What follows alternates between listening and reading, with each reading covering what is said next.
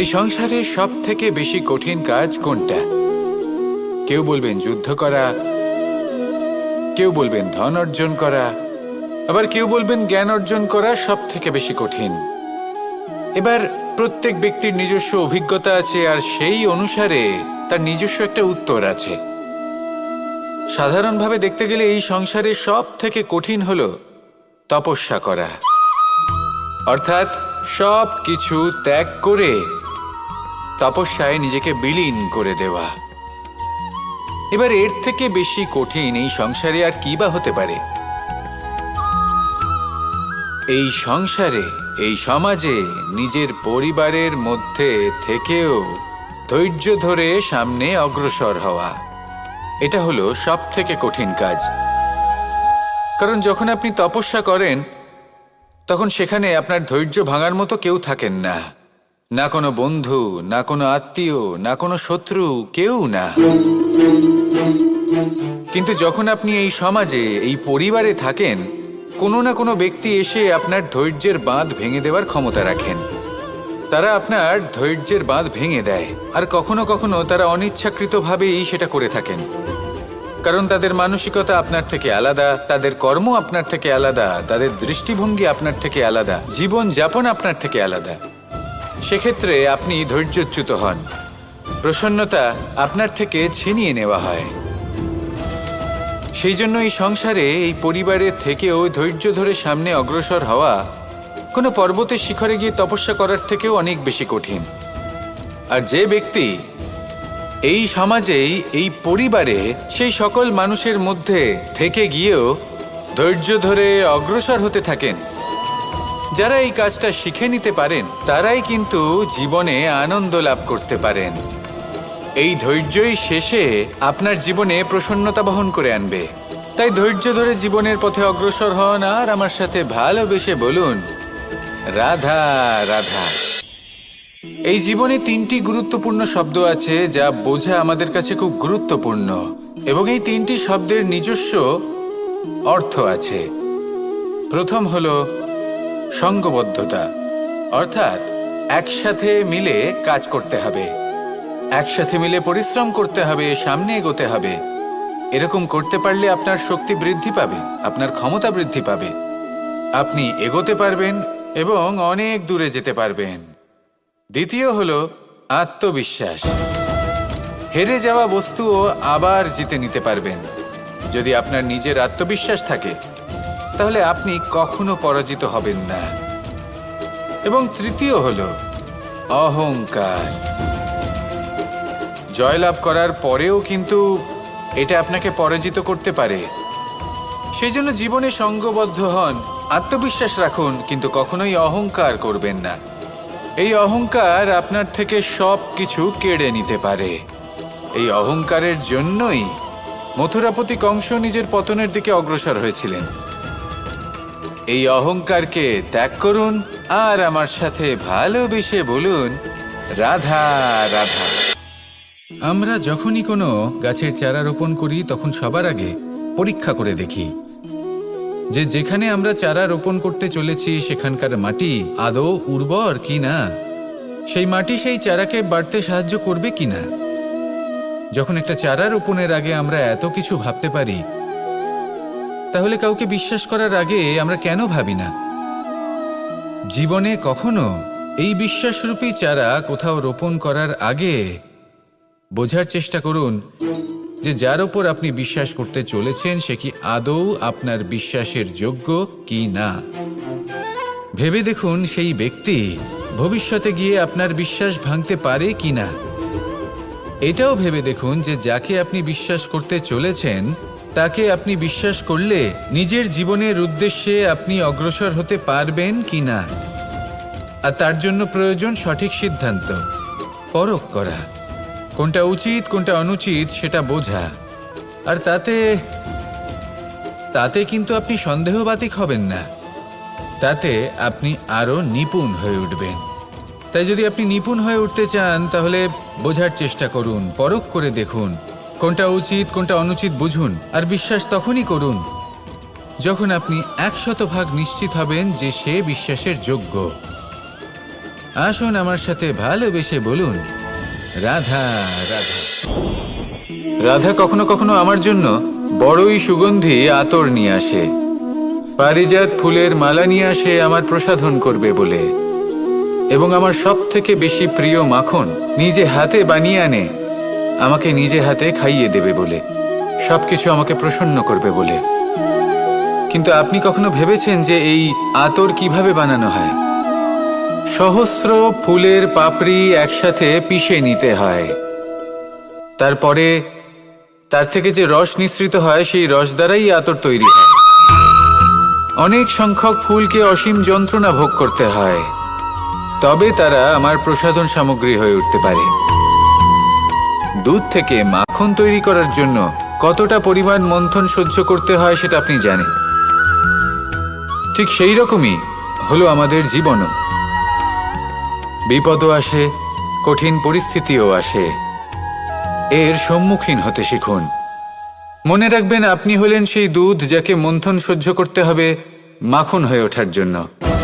মনে রাখবেন, আপনি হলেন সেই ফুলের মতন যাদের পিষ্ট হতে হবে সুগন্ধি আতর হয়ে ওঠার জন্য, যাকে এই সংসার পছন্দ করে। কখনো কখনো জীবনে আপনার সাথে খারাপ শুধুমাত্র এই কারণে ঘটে যাতে আপনার শ্রেষ্ঠ রূপ এই সংসারের সামনে আসতে পারে।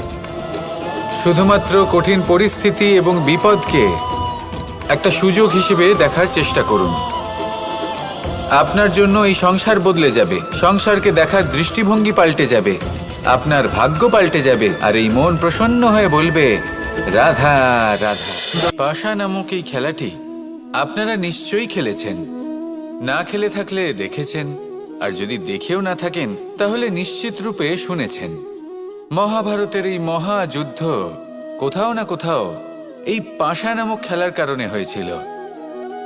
পাশার এই বিচিত্র খেলা, দান, এইসবের কারণে কেউ নিজের মাথায় রাজ মুকুট পরিধান করেছিলেন, আবার সেখানে পরাজিত হওয়ার জন্য কাউকে বনবাসও ভোগ করতে হয়েছিল। কিন্তু এই খেলা সমাপ্ত হওয়ার পরে সমস্ত ঘুঁটি আর এই পাশার ছক একই পুটলিতে স্থান পেল। এটাই হলো আমাদের জীবন। এই সংসারে আমরা জয় পরাজয়ের বিষয়ে এতটাই ভাবি, এত চিন্তা করি যে এই জীবনের খেলার আনন্দটাই উপভোগ করতে পারি না। আর অবশেষে কি হয়? কেউ জয়ী হন, কেউ পরাজিত হন, কিন্তু দুজনেই একই স্থানে পৌঁছে যান। প্রত্যেক ব্যক্তি মৃত্যুর পরে একটি নির্দিষ্ট স্থানেই পৌঁছতে বাধ্য, কিন্তু ততক্ষণ এই জীবন, এই খেলা, তার আনন্দ উপভোগ করুন। এই সংসারে সেই ব্যক্তি শ্রেষ্ঠ স্থানে পৌঁছতে পেরেছেন যিনি এই সংসারকে প্রকাশ প্রদান করেছেন, যিনি কখনো জয় পরাজয় এ বিষয়ে ভাবেননি, শুধু এই জীবনের খেলার আনন্দ উপভোগ করেছেন। এটাই আপনিও করুন, আর আমার সাথে ভালোবেসে বলুন, রাধা রাধা। প্রত্যেক মানুষ নিজের জীবনে দুঃখ অনুভব করেন। প্রত্যেকের দুঃখ আলাদা হতে পারে। কারোর মনে এই দুঃখ থাকে যে সে তার বাবা মায়ের সব ইচ্ছে পূরণ করতে পারেননি। কেউ এটা ভেবে দুঃখ পান যে সে চিরকাল সদাচার করেছেন, সৎকর্ম করেছেন, কিন্তু তাও তাকে দুরাচারী বলে মনে করা হয়। কেউ এটা ভেবেও দুঃখ পান যে তার সামনে যে ব্যক্তি রয়েছেন তার চোখে তিনি শত্রু হয়ে উঠেছেন বা দুষ্ট হয়ে উঠেছেন, যেখানে তিনি হয়তো কোনো অনুচিত কাজই করেননি। এবার এই সমস্ত বিষয় নিয়ে ভেবে নিজের ব্যক্তিত্ব নিয়ে সন্দেহ প্রকাশ করবেন না। যদি নিজের ব্যক্তিত্ব নিয়ে কোনো সন্দেহ থেকে থাকে তাহলে কর্ম সংক্রান্ত প্রশ্ন করুন যে আপনি যা করেছেন তাতে কি উচিত ছিল, কি অনুচিত ছিল। যেটা প্রয়োজন সেটা এটা বোঝার যে আপনার অন্তর্মন, আপনার বিবেক আপনাকে কি বলছে, আর আপনার অন্তর্মন আর আপনার বিবেক আপনাকে যেটা করতে বলবে শুধু সেটাই করুন। আর তারপরে এই সংসার কি বলবে, কি ভাববে সেসব নিয়ে ভাবতে যাবেন না, কারণ এই সংসার তো ঈশ্বরকেও প্রশ্ন করে থাকে, ঈশ্বরকেও দোষী মনে করে। কখনো কখনো যখন কোনো ঘটনা মানুষের ইচ্ছা অনুযায়ী ঘটে না, তখন মানুষ এটা বলে যে হে ঈশ্বর, আপনি আমার পাশে থাকলেন না, আপনি বড়ই কঠোর, এটা আপনার দোষ।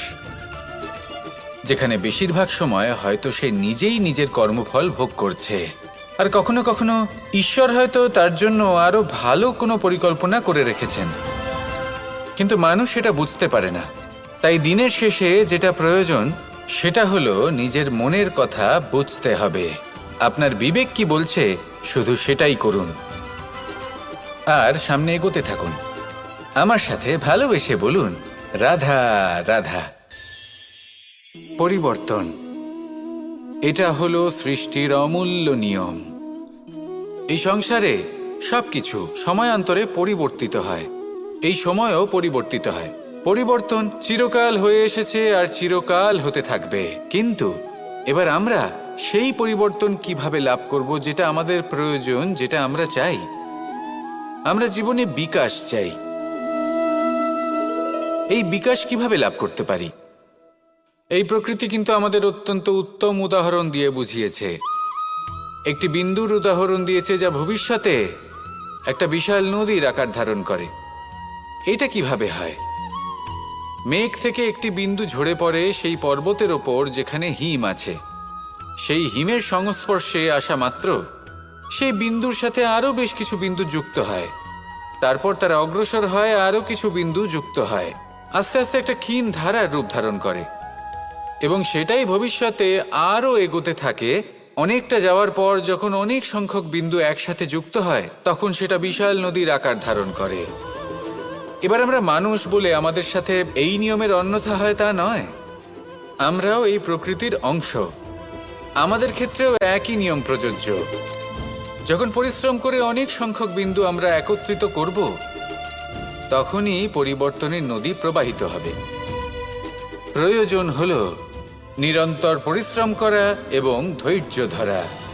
এটা করতে থাকুন, জীবনে সব কিছু লাভ করতে পারবেন, কারণ প্রকৃতি আমাদের এটাই শিখিয়েছে। আর আমরা এই ব্রহ্মরই একটি অংশ, যার দ্বারা এই ব্রহ্মাণ্ড নির্মিত। আসুন আমার সাথে ভালোবেসে বলুন, রাধা রাধা। কখনো এই প্রকৃতির দিকে তাকিয়ে থাকবেন। এই প্রকৃতি অনেক ধরনের শিক্ষা দেয়। কোনো একটা গাছকে দেখুন কিভাবে সে মাটি থেকে জল শুষে নেয়। সে ঝড় হোক বা হোক কড়া রোদ সব সহ্য করে এবং অবশেষে সে ফল ধারণ করে। আর সেই ফল উৎপন্ন করার পরে সে ফল কিন্তু সে নিজে গ্রহণ করে না, এই সংসারকে প্রদান করে, যাতে পশু পাখি মানুষ তারা এই ফল গ্রহণ করে শক্তিশালী হয়ে উঠতে পারে, সুস্থ থাকতে পারে। সেভাবেই নদী, সরোবর এরা নিজেরাও কিন্তু নিজেদের জল গ্রহণ করে না, মাটিকে প্রদান করে, পশু পাখিকে প্রদান করে। সূর্য নিজেও নিজের জন্য প্রজ্বলিত হয় না, সে প্রকাশ ছড়িয়ে দিতে চায় আমাদের সবার কাছে, সে আলো পৌঁছে দিতে চায়। এই প্রত্যেকের কর্মে পরমার্থ নিহিত আছে, আর সেই জন্যই এদের সকলকে পুজো করা হয়। তাই মনে রাখবেন, আপনার কাছে জীবন যাপনের অতিরিক্ত যা কিছুই আছে তা পরমার্থের জন্য। তাহলে তার সদ্ব্যবহার করুন আর আমার সাথে ভালোবেসে বলুন, রাধা রাধা। আমরা প্রত্যেকেই অবশ্যই এমন সময় দেখেছি যখন অনেকগুলো সমস্যা একসাথে আমাদের জীবনে এসে পড়ে। সমস্যা আমাদের প্রত্যেকের জীবনেই থাকে। আমরা তার সমাধান খুঁজতে চেষ্টা করি, কখনো সমাধান খুঁজে পাই, আবার কখনো যতই চেষ্টা করি না কেন কোনো সমাধান খুঁজেই পাই না। আর যখন এটা হয় তখন মানুষ অত্যন্ত বিচলিত হয়ে পড়েন। নিজের আত্মীয় স্বজন, নিজের বন্ধু বা সংসার এদের ওপরে এই দোষ চাপিয়ে দেন যে এদের জন্যই এই সমস্যা এসেছে। এবার যদি আমি আপনাকে কোনো পরামর্শ দিই তাহলে এটাই বলবো যে দৃষ্টিভঙ্গি পাল্টে দেখুন। এই দৃষ্টিভঙ্গি দিয়ে দেখুন যে এই সংসারে যে সমস্যায় আসুক না কেন তার জন্য কেউ দোষী নয়, না আপনি না অন্য কেউ। এই পুরো খেলাটাই আপনার মানসিকতা, আপনার দৃষ্টিভঙ্গির, আপনার মনের। কিভাবে বোঝাচ্ছি? যখন আমাদের মন শক্ত থাকে তখন কঠিন থেকে কঠিনতর পরিস্থিতিও আমাদের জীবনে খুব বেশি হলে প্রতিস্পর্ধা হয়ে থেকে যায়। সেখানে যদি আমাদের মন দুর্বল থাকে, তখন অল্প কঠিন পরিস্থিতিও আমাদের কাছে খুব বড় সমস্যা হয়ে যায়, তাই না? একটা শক্ত মন কঠিন পরিস্থিতিকে প্রতিস্পর্ধা হিসেবে দেখে আর তার মধ্যে ওটা সুযোগ খুঁজে নেয়। আমাদের শুধু এটাই করতে হবে। এই সংসারে অন্য কাউকে দোষী মনে করলে আপনার সমস্যা দূর হয়ে যাবে না। সেই জন্য এই সংসারকে দোষ দেওয়ার বদলে এই সমস্যার মূলে চলে যান, সেটাকে বুঝুন, নিজের এই মনকে শক্ত করে তুলুন।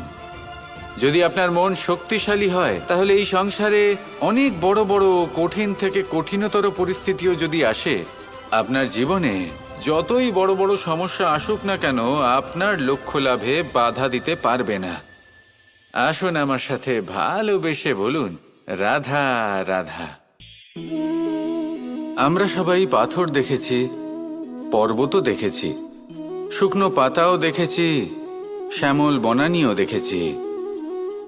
কখনো ভেবেছেন পাথরের অস্তিত্ব কিন্তু ততক্ষণ পর্যন্ত যতক্ষণ সে পর্বতের গায়ে আটকে থাকে। যখন সেই পর্বত থেকে সেই পাথর ভিন্ন হয়ে যায় ও নিজের অস্তিত্ব হারিয়ে ফেলে। আস্তে আস্তে কখনো পাথর কেটে বা কখনো পিষ্ট হয়ে সেই পাথর আস্তে আস্তে মাটিতে পরিণত হয় এবং পূর্ণরূপে নিজের অস্তিত্ব হারিয়ে ফেলে। এটাই পাতার সাথেও হয়। এই পাতা যতক্ষণ গাছের ডালের সাথে যুক্ত ততক্ষণ তার অস্তিত্ব থাকে। যখনই ডাল থেকে বিচ্ছিন্ন হয়, সেও নিজের অস্তিত্ব হারিয়ে ফেলে। আর এটাই আমাদের সাথেও হয়। যতক্ষণ আমরা নিজেদের আপনজনের সাথে যুক্ত থাকি, আমাদের অস্তিত্ব বজায় থাকে। যখন আপনজনদের সাথে সম্পর্ক ছিন্ন করি, তখন আমরাও আমাদের অস্তিত্ব হারিয়ে ফেলি। এবার এই সংসারের প্রত্যেক ব্যক্তি স্বতন্ত্র থাকতে চান, আর অনেক ব্যক্তি স্বতন্ত্র থাকবেন বলে আপনজনদের দূরে করে দেন আর তাদের সাথে এই সম্পর্ক ছিন্ন করেন। এটা কি সত্যি প্রয়োজন? আপনজনদের সাথে সম্পর্ক ছিন্ন করে নিজের অস্তিত্ব হারিয়ে ফেলা প্রয়োজনীয়, নাকি আপনজনদের সাথে সম্পর্ক বজায় রেখে নিজেদের স্বতন্ত্র করে রাখা সেটা আবশ্যক? নির্বাচন আপনারই। আসুন আমার সাথে ভালোবেসে বলুন, রাধা রাধা। আপনি কি কখনো নৌকা যাত্রা করেছেন? করে না থাকলেও নিশ্চয়ই দেখেছেন যে এই জল যা নিজের অন্তরে সব কিছু সমাহিত করে নিতে পারে, এই নৌকা সেই জলের ওপরেই ভেসে থাকে। নদীর স্রোত কাটিয়ে সে সামনে অগ্রসর হয়। কিন্তু যদি এই নৌকায় কোনো ছিদ্র হয়, তাহলে কিন্তু সেই নৌকা ডুবে যাবে। আর এতে কোনো তফাৎ হবে না যে সেই ছিদ্র ছোট নাকি বড়, নৌকা ডুবে যাবে। এই ছিদ্র হলো আমাদের জীবনে আমাদের অপগুণ, আমাদের দোষ, আমাদের বিকার। কখনো এটা ভাববেন না যে এই দোষ খুবই ছোট, এতে কিছুই যাবে আসবে না। না, সেই ছোট দোষ, সেই ছোট বিকার যদি সেটাকে শুধরে না নেন, তাহলে সেটা আপনাকে আপনার পতনের দিকে নিয়ে যাবে। শেষ পর্যন্ত এটা আপনার ওপর নির্ভরশীল যে আপনি কি চান। আপনার জীবনের এই নৌকা এভাবেই ডুবে যেতে দেখবেন, নাকি নিজেকে শুধরে নিয়ে সেই নৌকার সেই ছিদ্রটাকে ভরিয়ে তুলতে চাইবেন? নির্বাচন আপনার। আসুন আমার সাথে ভালোবেসে বলুন, রাধা রাধা। জল, জলই পৃথিবীতে বেঁচে থাকার জন্য আবশ্যক তো বটেই, কিন্তু এই জল আমাদের একটা অত্যন্ত গুরুত্বপূর্ণ শিক্ষা প্রদান করে। কখনো এই জলকে দেখেছেন? যে পরিস্থিতিতেই এই জল প্রবাহিত হোক না কেন, এর উপর যা কিছুই প্রভাব থাকুক না কেন, এর পথে যতই বাধা আসুক না কেন, তার মধ্যে থেকে ও নিজের পথ ঠিক বের করে নেয়, কিন্তু নিজের প্রবাহ থামতে দেয় না, ক্রমাগত অগ্রসর হতে থাকে। সেরকমই একটা শিক্ষা যেটা আমরা জল থেকে পেয়ে থাকি, তা হলো এটা: আমরা যখন জলের দিকে তাকাই, তখন আমরা নিজের প্রতিবিম্ব দেখি, স্পষ্টভাবে দেখতে পাই। কিন্তু তখনই দেখতে পাই যখন এই জল শান্ত থাকে, স্থির থাকে। যদি এই জল অশান্ত হয়ে থাকে, স্থির না হয়, তাহলে আমরা এতে নিজের প্রতিবিম্ব দেখতে পাই না। এটাই আমাদের মনের সাথেও হয়ে থাকে। যখনই জীবনে কোনো সংকট আসে, যদি আমরা শান্ত মনে, স্থির মনে সিদ্ধান্ত নিই, তাহলে সেটা এমন একটা শীতল সিদ্ধান্ত হবে যেটা আমাদের ভবিষ্যৎকে একটা শ্রেষ্ঠ স্থানে নিয়ে যাবে। যদি এই মন অশান্ত হয়, বিচলিত হয়, পীড়িত হয়, দুঃখিত হয়ে থাকে, রুষ্ট হয়ে থাকে, তাহলে অনেক সময় আমরা এমন সিদ্ধান্ত নিই যেটা আমাদের জন্য অনুচিত প্রমাণিত হয়। যখন আপনি ক্রুদ্ধ ছিলেন বা দুঃখের বশে ছিলেন, তখন অনেক সময় হয়তো এমন সিদ্ধান্ত নিয়েছেন যেটার জন্য ভবিষ্যতে আপনি অনুশোচনা করেছেন। এবার দেখুন, এই আবেগগুলো থেকে আমরা পালাতে পারবো না, কিন্তু এই আবেগগুলো আপনার উপর কতটা প্রভাব ফেলবে সেটা আমরা অবশ্যই ঠিক করতে পারি। এই মনকে আমরা নিয়ন্ত্রণ করতে পারি। এটাই করুন, চিন্তা করুন, এই মনকে শান্ত রাখুন, স্থির হতে চেষ্টা করুন, আর তারপরে সিদ্ধান্ত নিন। আসুন আমার সাথে ভালোবেসে বলুন, রাধা রাধা। এই সংসারে ভৌতিক বস্তুরও নিয়তি আছে। যারাই এই সংসারে আসে বা উৎপন্ন হয়, তারা কিছুমাত্র সময় পর্যন্তই এখানে থাকতে পারে, আর তারপরে সেও লুপ্ত হয়ে যায়, অর্থাৎ সে নিজেও এই পঞ্চমহাভূতে সমাহিত হয়ে যায়। আমাদের সাথেও ঠিক এটাই হয়। সেই জন্যই ঈশ্বর দ্বারা প্রদত্ত এই উপহারের বিষয়ে ভাবুন, এই জীবনের বিষয়ে ভাবুন। ঠিক যেমন বিশ্বাস ভঙ্গ হলে কোনো ব্যক্তি আমাদের কাছে অপরিচিত হয়ে যান, ঠিক সেরকমই শেষ নিঃশ্বাস ত্যাগের পর এই শরীরও আমাদের কাছে পরই হয়ে যায়। তাই এই শরীর থাকাকালীন শ্রেষ্ঠভাবে একে সদ্ব্যবহার করুন, এই জীবনে শ্রেষ্ঠ কর্ম করুন, আর এই জীবনকে শ্রেষ্ঠভাবে যাপন করার জন্য কিছু কথা বোঝা প্রয়োজনীয়। যদি আপনি কারোর প্রশংসা করেন, তাহলে পূর্ণ হৃদয় দিয়ে করুন। যদি আপনি হস্ত